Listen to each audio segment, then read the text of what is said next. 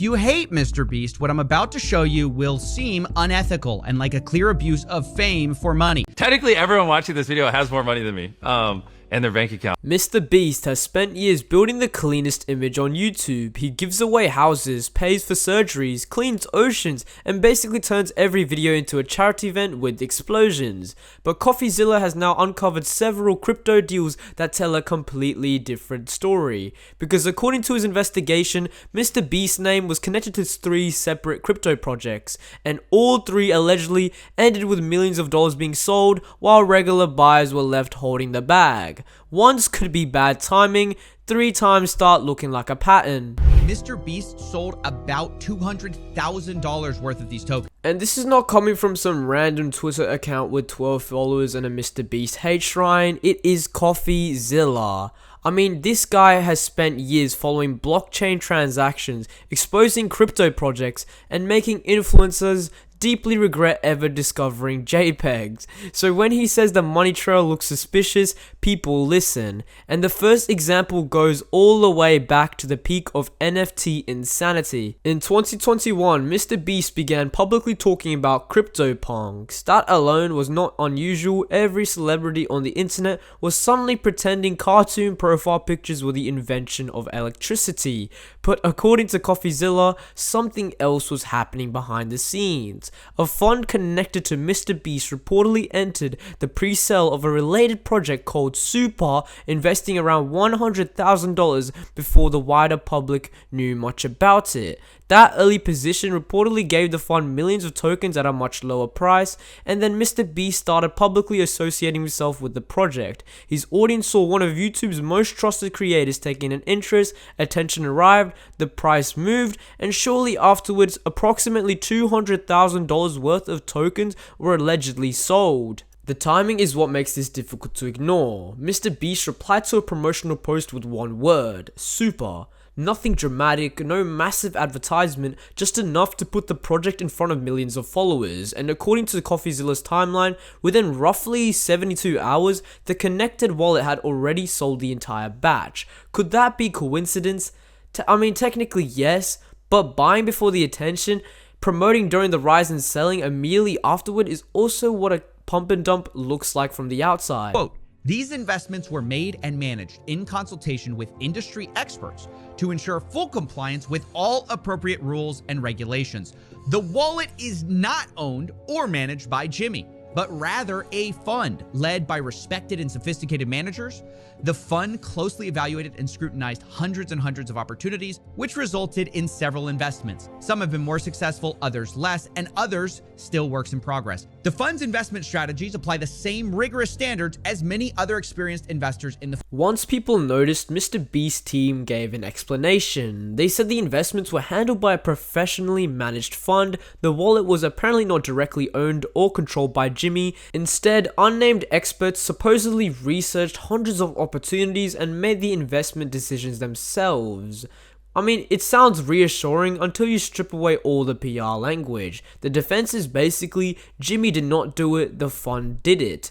A fund that somehow kept making extremely convenient decisions around projects carrying Jimmy's name. And this explanation could have been cleared up very easily. Coffeezilla contacted MrBeast's team and asked them direct questions. Who controlled the trades? When were the decisions made? Did MrBeast know the tokens were being sold? According to Coffeezilla, he received nothing. Months of silence and going completely quiet is a strange strategy when your defense is supposedly simple. Because even when silence is not an admission of guilt, it gives everybody else permission to assume the worst. The wallet itself was reportedly connected to an account called Wuhan Clan and linked to crypto figure Jason Williams. That gave MrBeast another layer of distance. Maybe Jimmy really was completely hands off, maybe someone else really did handle everything, except MrBeast had already spoken publicly about getting involved.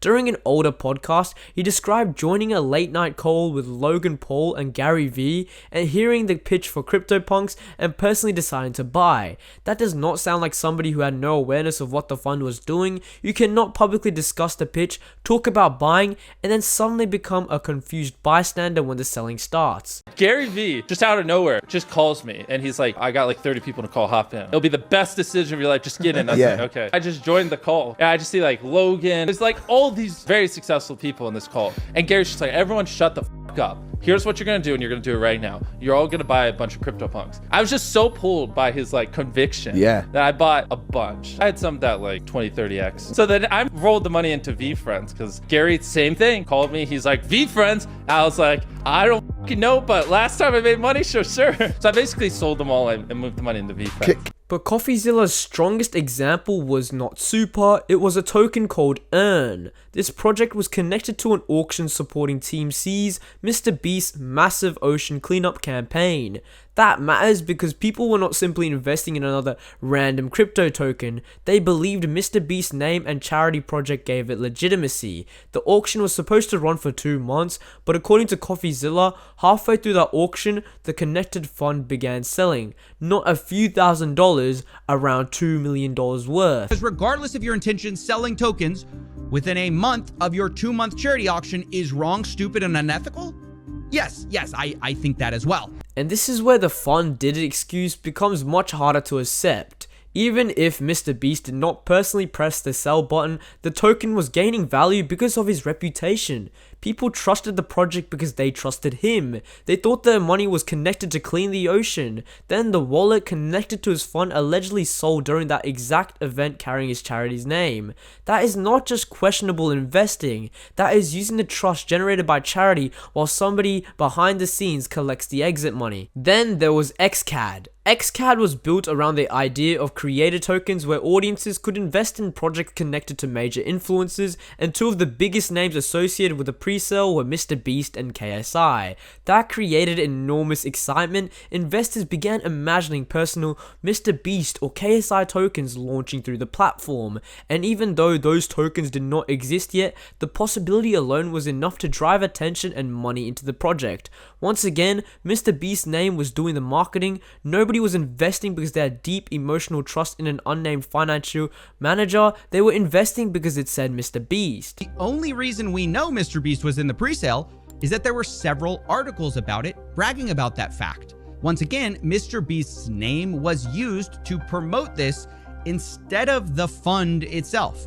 And internally to investors, I have to say this built up a lot of excitement, not just because MrBeast is a huge name, but because XCAD had what's called creator tokens. So the idea to some investors is that, well, if they're investing MrBeast and KSI, what if they were ever to launch creator tokens? That would be massive. The fund allegedly committed to holding the investment long term, but shortly after launch, the connected wallet reportedly began selling XCAD as well.